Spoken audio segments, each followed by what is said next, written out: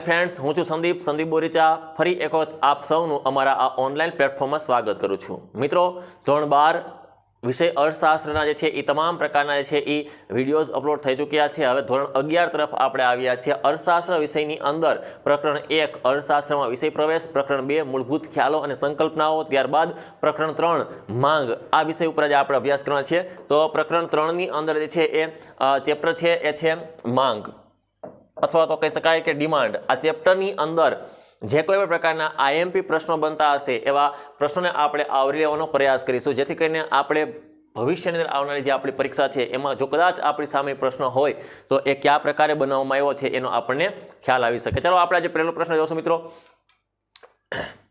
मांगने असर करता परिबळोने केटला विभागमां वहेंचवामां आव्या छे? मित्रों मांगने असर करता परिबळो केटला भागमां वहेंचवामां आव्या छे? तो अहींया मांगने माटे जे छे 1, 2, 3 અને 4 आवा आपणने ऑप्शन आपेला छे। तो मांगने असर करता परिबळो मुख्य तो केटला छे मित्रों? 2 छे। एक छे वस्तुनी किंमत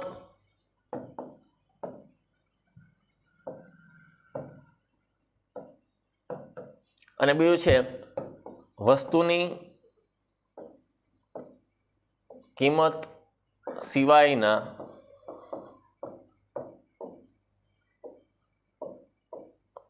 अन्य परिबळों। मतलब के जेमां व्यक्तिनी अभिरुचि, पसंदगी, व्यक्तिनी आवक, संबंधित वस्तुओनी किंमत अने अवेजी वस्तुनी किंमत, पूरक वस्तुनी किंमत आ छे ने ई मित्रों अन्य परिबळो छे। तो आ प्रकारना परिबळोनो तेमां समावेश करवामां आव्यो छे। एटले वस्तुनी मांगनी असर करता परिबळो मुख्य केटला छे मित्रों? तो 2 छे। एक छे वस्तुनी किंमत अने एक छे वस्तुनी किंमत सिवायना अन्य परिबळो। ज्यां पूरक वस्तु होय, अवेजी वस्तु होय, अभिरुचि होय, पसंदगी होय, आ प्रकारनी जेने बाबतो संकळायेली होय एवा परिबळोने आपणे अन्य परिबळो कहीए छीए। मांगनी रेखानो ढाळ केवो होय छे? ऋण, घन, एक्स धरीने समांतर के वाय धरीने समांतर? तो मित्रों याद राखशो आपणे एक्स अने वाय तो छे ज आकृति के आलेखनी अंदर के आ रेखाकृतिनी अंदर हमेशा मांग रेखानो ढाळ केवा प्रकारनो होय। जो आ प्रकारनो आपणी सामे प्रश्न आवे तो याद राखजो मित्रों आनो जे छे ई आकार केवो होय छे? ऋण ढाळ होय छे। मतलब के आ ढाळ हमेशा केवो होय छे? नेगेटिव होय छे। एटले आ प्रकारनी रेखावाळो ढाळ होय छे। तो मांग रेखानो ढाळ पूछवामां आवे तो ई ऋण होय छे, नेगेटिव होय छे।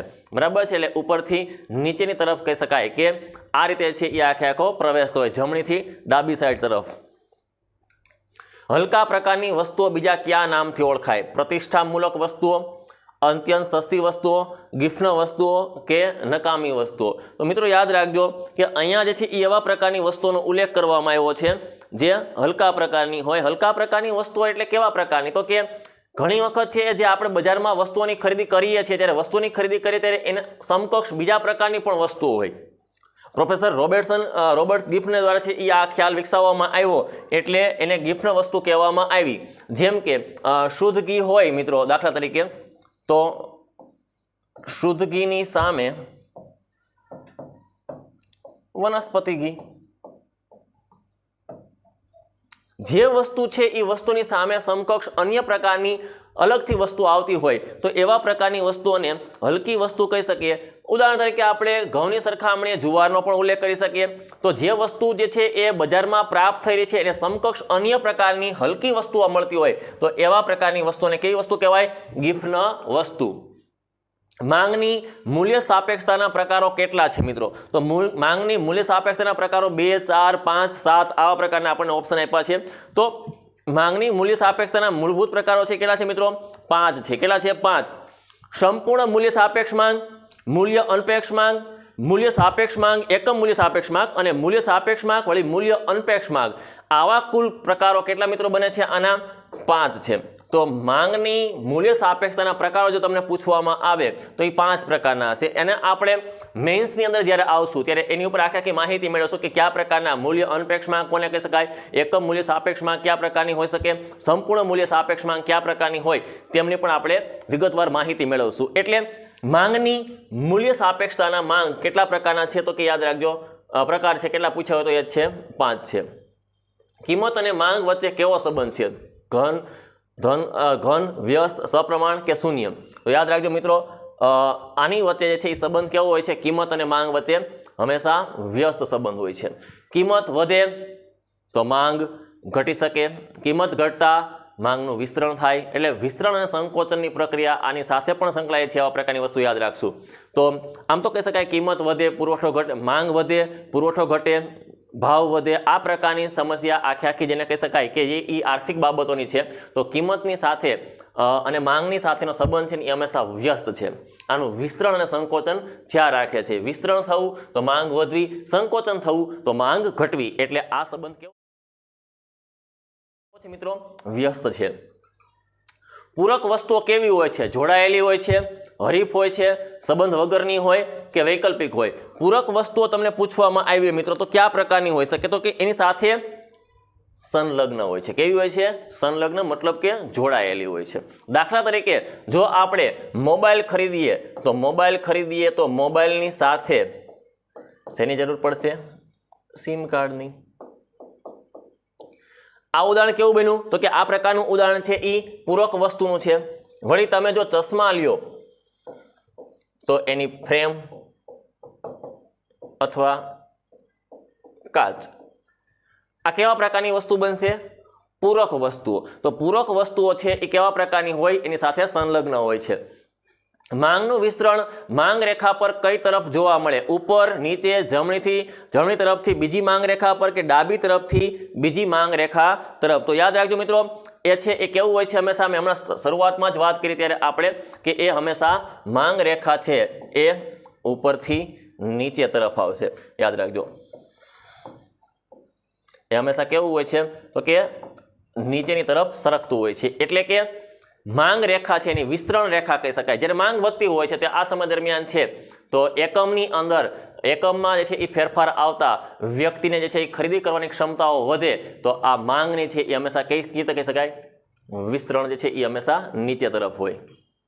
નીચેનામાંથી માંગને કોની સાથે સંબંધ નથી? ચોક્કસ સમય, ચોક્કસ કિંમત, ગ્રાહક કે પુરવઠો? તો યાદ રાખજો મિત્રો, અહીંયા આવશે ગ્રાહકની સાથે. ગ્રાહકની સાથે આમને સંબંધ નથી. એટલે માંગ છે એ નીચેનામાંથી કઈ બાબત એને સંકળાય છે? ચોક્કસ સમય, ચોક્કસ કિંમત, વસ્તુનો બજારમાં ઉપલબ્ધ વેચવા લાયક પુરવઠો, બજારમાં જે તે વસ્તુઓને ખરીદવા માટેની એમની કિંમત, કયા પ્રકારનો સમયગાળો છે, આ બધાની સાથે સંબંધ છે.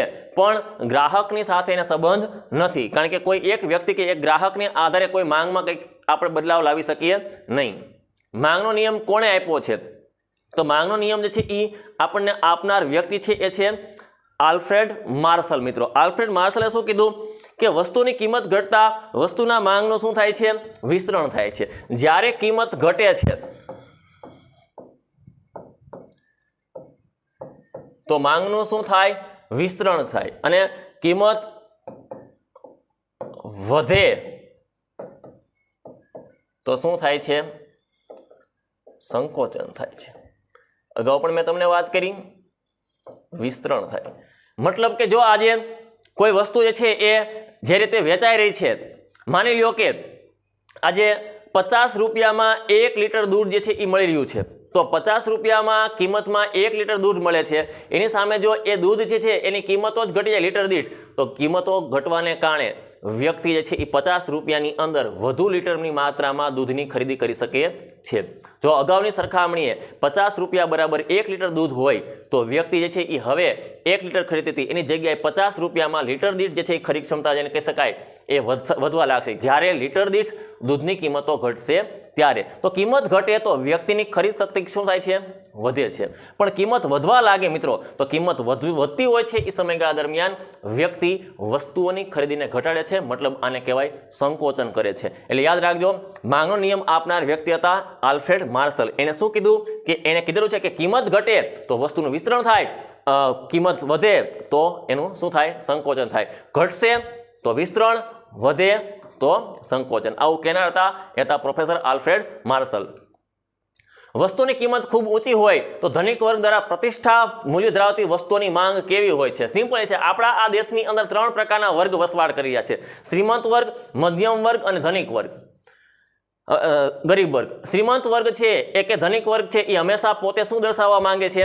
તો કે પોતે એવા પ્રકારની વસ્તુનો ઉપયોગ કરવા માંગે છે જે વસ્તુ થોડીક ખર્ચાળ હોય અન્ય વસ્તુની સરખામણીએ એ મોંઘી હોય અને એ વસ્તુ જે છે એ બજારમાં પ્રતિષ્ઠા ધરાવતી, જેને કહી શકાય કે એને પહેરવાથી, એનો ઉપયોગ કરવાથી વ્યક્તિની પ્રતિષ્ઠા, માન સન્માન, મોભો વધતો હોય એવા પ્રકારની લાગતી હોય તો એને શું કરશે? એની માંગને જે છે એ પોતે વધારે છે. એની સરખામણીએ જો એની કિંમતો ઘટતી હોય ને તો એ પ્રકારની વસ્તુની માંગ ઘટાડી દેશે. આજે બજારમાં 200 રૂપિયાવાળા શૂઝ પણ આવે, 1000 રૂપિયાવાળા શૂઝ પણ આવે, 2000 રૂપિયાવાળા પણ શૂઝ આવશે. ધનિક લોકો એવા પ્રકારની વસ્તુનો ઉપયોગ વધારતા હોય છે કે જે મોંઘી કિંમતના છે. એની એ જ શૂઝની કિંમત જો બ્રાન્ડેડ કંપની કે કોઈ પણ કંપની છે એ ઘટાડી નાખે તો વ્યક્તિ પણ કે ધનિક લોકો પણ એ માંગને શું કરે છે? ઘટાડી નાખે છે. એટલે જ્યારે પ્રતિષ્ઠા મૂલ્ય ધરાવતી વસ્તુઓની માંગ કેવી થવા માંડે છે? તો વધવા લાગે છે. વસ્તુની માંગ પર સૌથી વધુ અસર કરનાર નિર્ણાયક પરિબળ કયું છે? વ્યક્તિની આવક, વસ્તીનું પ્રમાણ, વ્યક્તિની અભિરુચિ કે વસ્તુની કિંમત? તો હંમેશા માંગ છે એ કોની સાથે વ્યસ્ત સંબંધ ધરાવે છે મિત્રો? એ છે કિંમતની સાથે. વ્યક્તિની આવક સાથે કાંઈ લેવા દે નથી, વસ્તીનું પ્રમાણ એની સાથે પણ લેવા દે નથી, વ્યક્તિની રસ, રુચિ, અભિરુચિ, પસંદગીઓ એમની સાથે પણ કનેક્ટેડ નથી. વસ્તુની કિંમત કેવા પ્રકારની છે ને એની સાથે જે છે એ વસ્તુની માંગને સંબંધ છે.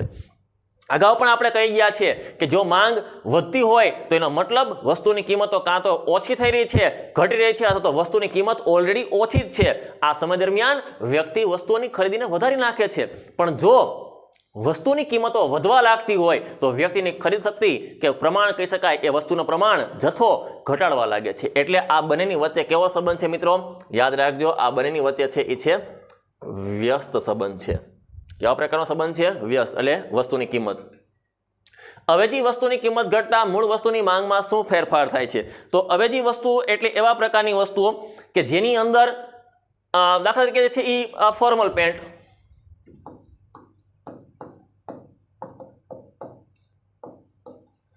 અને જીન્સ પેન્ટ. હવે અહીંયા અવેજી વસ્તુની કિંમત ઘટતા મૂળ વસ્તુની માંગમાં શું થવા લાગશે? ફેરફાર થવા લાગશે. તો એ પ્રકારની વસ્તુઓ કેવા પ્રકારની હોઈ શકે? તો કે મિત્રો એમાં જે શું થશે? તો કે ઘટાડો થશે. જ્યારે અવેજી વસ્તુની કિંમતો ઘટતી હોય ત્યારે શું થાય? દાખલા તરીકે માની લો કે સાદી પેન્ટની કિંમત ઘટે તો એની અવેજી એવી જીન્સ પેન્ટની કિંમત શું રહેતી હોય છે? સ્થિર રહેતી હોય. ગ્રાહક બંને પેન્ટ વચ્ચેની કિંમતે સરખામણી કરતા એને એવું લાગશે કે આ જે ફોર્મલ પેન્ટ છે ને, સાદી પેન્ટ, એ સાદી પેન્ટ છે એની કરતાં કેવી લાગે છે? સસ્તી લાગે છે. યાદ રાખજો, કેમ કે જીન્સના પેન્ટના ભાવ માની લો કે 1000 રૂપિયા પહેલાંય હતા અને 1000 રૂપિયા વર્તમાનમાં પણ છે. અને જ્યારે અવેજી વસ્તુ છે એની કિંમતો 1000ની સરખામણીએ હવે 800 થઈ રહી છે. તો આ સમય દરમિયાન વ્યક્તિ આની ખરીદી કરવાનું ટાળી અને એને સંલગ્ન એવા પ્રકારની અવેજી વસ્તુ, સબસ્ટિટ્યુટ એવા પ્રકારની વસ્તુનો શું કરે છે? ખરીદીનું પ્રમાણ વધારે છે. એટલે યાદ રાખજો કે અહીંયા અવેજી વસ્તુની કિંમત ઘટતા મૂળ વસ્તુ જે જીન્સ પેન્ટ છે એ મૂળ વસ્તુ છે, આનો શું થવા લાગશે? ઘટાડો થવા લાગશે.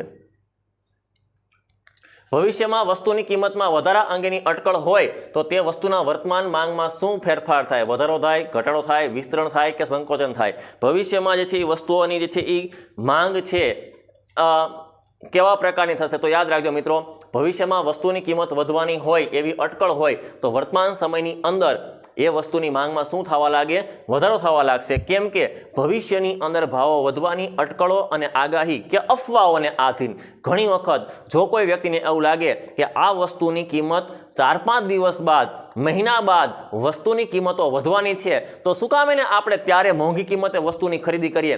ચાલો ને અત્યારે જ આપણે સ્ટોક કરી લઈએ.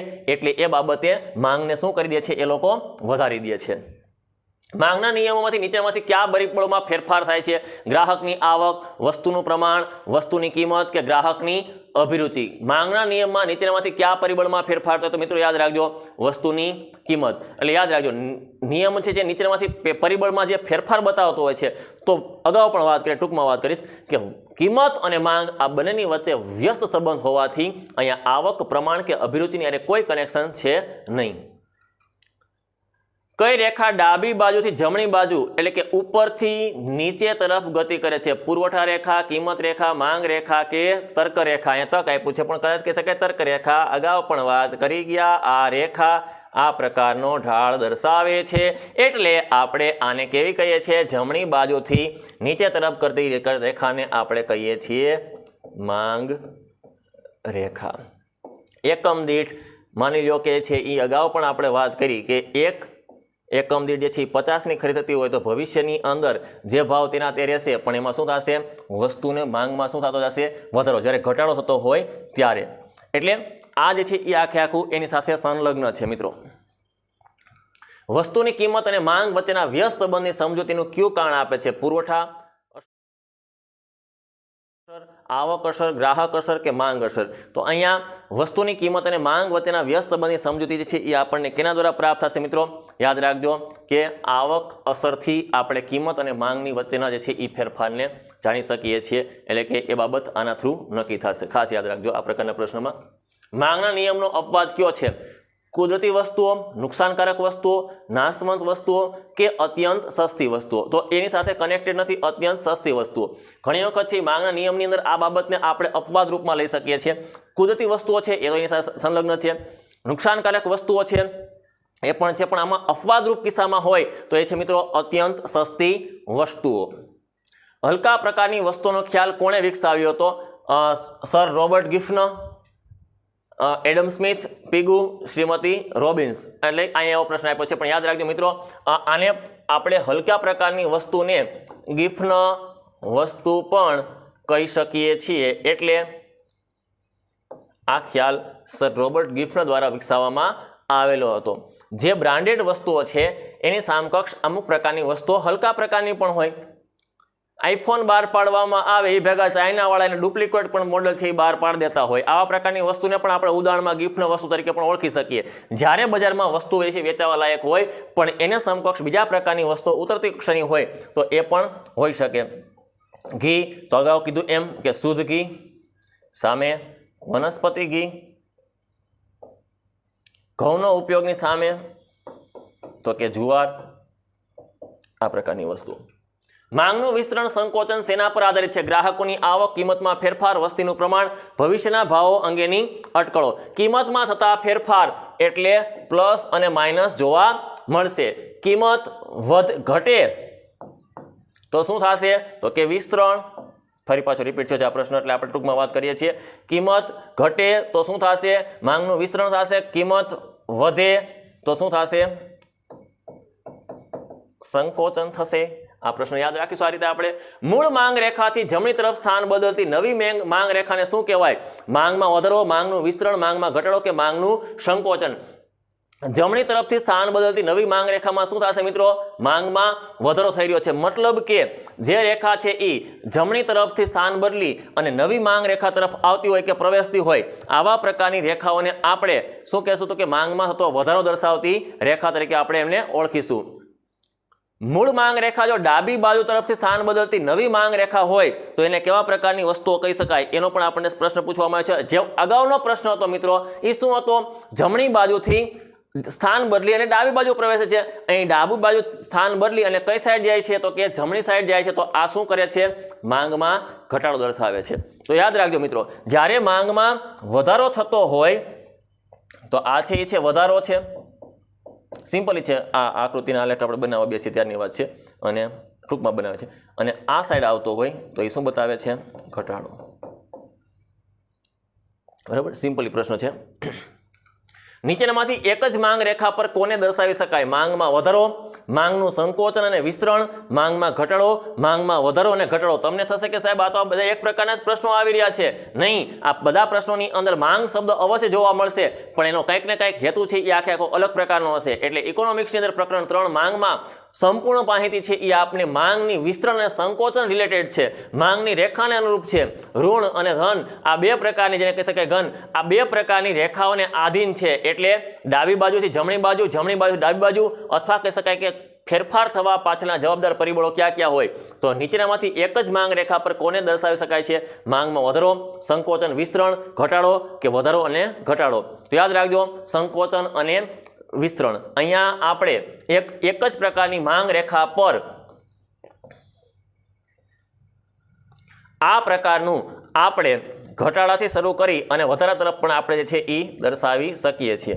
અહીંયા જે છે ફરી પાછો છે ઘટાડો પણ હોઈ શકે, અહીંયા જે છે એ ફરી પાછો જે છે ઘટાડો પણ હોઈ શકે. આ પ્રકારની વસ્તુઓ બની શકતી હોય. એટલે સંકોચન અને વિસ્તરણ છે એ એક જ રેખા પર આપણે દર્શાવી શકીએ છીએ. માંગની મૂલ્ય સાપેક્ષતામાં કયા પ્રકારના માંગની વાસ્તવમાં અસ્તિત્વ જોવા મળતું જ નથી? સંપૂર્ણ મૂલ્ય સાપેક્ષ માંગ, કારણ કે આપણે વાત કરી હતી કે એના પ્રકાર કેટલા છે મિત્રો, તો કે એના પ્રકાર હતા એ હતા 5 હતા. કેટલા હતા? અહીંયા માંગની મૂલ્ય સાપેક્ષતામાં કયા પ્રકારની માંગનું વાસ્તવમાં અસ્તિત્વ જોવા નહીં મળે? સંપૂર્ણ મૂલ્ય સાપેક્ષ માંગ, એકમ મૂલ્ય સાપેક્ષ માંગ, મૂલ્ય અનપેક્ષ માંગ કે મૂલ્ય સાપેક્ષ માંગ? તો યાદ રાખજો મિત્રો, સંપૂર્ણ મૂલ્ય સાપેક્ષ માંગ છે એનું વાસ્તવમાં કોઈ અસ્તિત્વ હોતું નથી. એટલે સંપૂર્ણ મૂલ્ય સાપેક્ષ માંગ જ્યારે વસ્તુની કિંમતમાં અત્યંત નજીવો એવો ફેરફાર થતો હોય અને માંગમાં અમર્યાદિત ફેરફાર લાવતો હોય ત્યારે આ પ્રકારની વસ્તુની માંગ છે એ લગભગ કહી શકાય કે 0ની આસપાસ થઈ જતી હોય છે કે શૂન્યમાં આવતી હોય છે.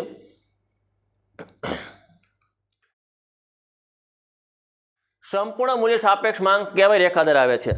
આડી, ધન ઢાળ, ઊભી ધરી સમાંતર કે ઋણ ઢાળ ધરી સમાંતર? એટલે કે યાદ રાખજો, સંપૂર્ણ મૂલ્ય સાપેક્ષ માંગ છે એ કેવી છે મિત્રો? આડી ધરીને સમાંતર છે. સિમ્પલી વાત કરી શકાય કે જેમાં જે છે એક સમાન જ જે છે એ તમને જોવા મળશે. એટલે આ પ્રકારની જે છે એ રેખા સંપૂર્ણ મૂલ્ય સાપેક્ષ વાળી છે એ છે કેવી હોય છે મિત્રો? આડી ધરીને સમાંતર હોય છે. સંપૂર્ણ મૂલ્ય અનપેક્ષ પૂછ્યું છે, યાદ રાખજો. અહીંયા મૂલ્ય અનપેક્ષ માંગનો આંક કેટલો હોય? 1, અનંત, 0 અથવા 5. તો મૂલ્ય અનપેક્ષ માંગ જો તમને પૂછવામાં આવેલી હોય તો એનું જે છે એ કેવા પ્રકારનું હોઈ શકે? તો કે એ એવા પ્રકારની વસ્તુ છે કે વસ્તુની કિંમત ગમે તેટલો ફેરફાર થાય પણ વસ્તુની માંગ લગભગ સ્થિર રહેવા પામતી હોય. આવી વસ્તુને સંપૂર્ણ મૂલ્ય અનપેક્ષ માંગ કહી શકીએ. માની લો કે 10%નો વધારો થાય, કોઈ એક આપણે કે ધારી લઈએ કે કેમાં જે છે એ વસ્તુની કિંમતમાં 10%નો વધારો થાય અને તેના પરિણામે જો ABCD કે F જે કે આપણે કે વસ્તુની માંગમાં કોઈ પણ પ્રકારનો ફેરફાર થતો ન હોય તો આવી વસ્તુના માંગને કેવો કહીશું આપણે? મૂલ્ય અનપેક્ષ માંગ કહીશું. મતલબ કે જો વધારો થતો હોય તો પણ એનાથી જે છે એ બાબત માંગમાં કોઈ પણ પ્રકારનો ફેરફાર આવતો હોતો નથી. એટલે આ છે એ કેવા પ્રકારનો મિત્રો? તો કે એનો જે છે એ ટકાવારીમાં ફેરફાર થાય કે કાંઈ ન થાય તો આ જે છે એ લગભગ શૂન્ય હોય છે. કેવા પ્રકારની હોય છે? શૂન્ય હોય છે. મિત્રો આ પ્રકારની રેખા જે છે એ હંમેશા ઊભી ધરી ઉપર હોય છે, કારણ કે એમાં કોઈ પણ પ્રકારનો મૂવમેન્ટ જોવા મળતી નથી. જો 10%નો વધારો થાય કોઈ પણ પ્રકારની વસ્તુની કિંમતમાં વસ્તુમાં જે છે એ વસ્તુની કિંમતમાં 10%નો વધારો પણ થાય તોય એની માંગમાં કોઈ પણ પ્રકારનો ફેરફાર થતો ન હોય. ઉદાહરણ તરીકે કાલ્પનિક ઉદાહરણ તમને આપું છું કે જે કિંમતો વધી છે પણ એની માંગ કેવી છે?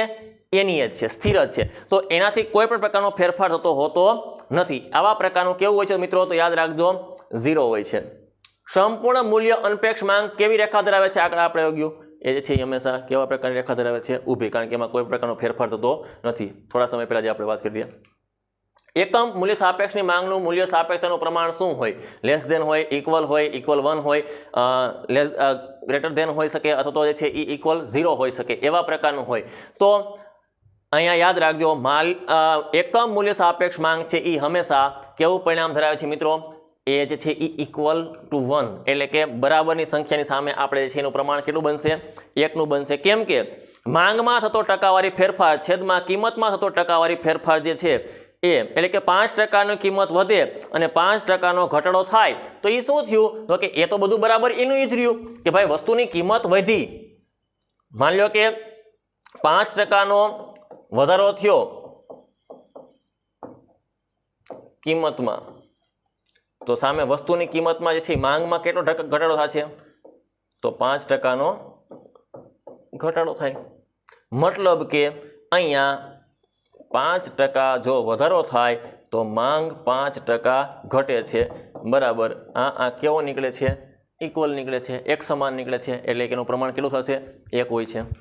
માંગની આવક સાપેક્ષતાના મુખ્ય પ્રકારો કેટલા છે મિત્રો? માંગની આવક એના પ્રકારો છે એ છે 3 છે. કેટલા છે? 3. એક છે એ છે હકારાત્મક, નકારાત્મક અને શૂન્ય આવક. માંગની આવક સાપેક્ષતાના પ્રકાર વાત કરીએ.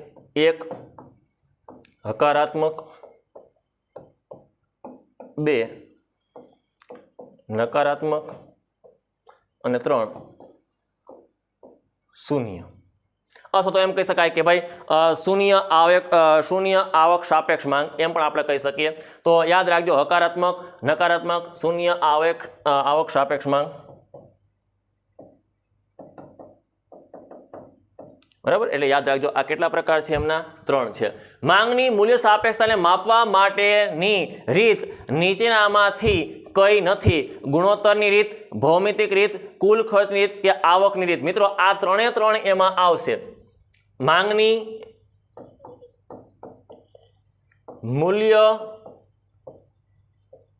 સાપેક્ષતા માપવા માટે આ ત્રણે ત્રણ પદ્ધતિનો ઉપયોગ થાય. એક એની ગુણોત્તર, એક ભૌમિતિક અને એક કુલ ખર્ચ. પણ યાદ રાખજો આવકની બાબતોને ત્યાં નોંધ લેવામાં આવતી નથી, એટલે આવકની રીત એમાં આવશે નહીં.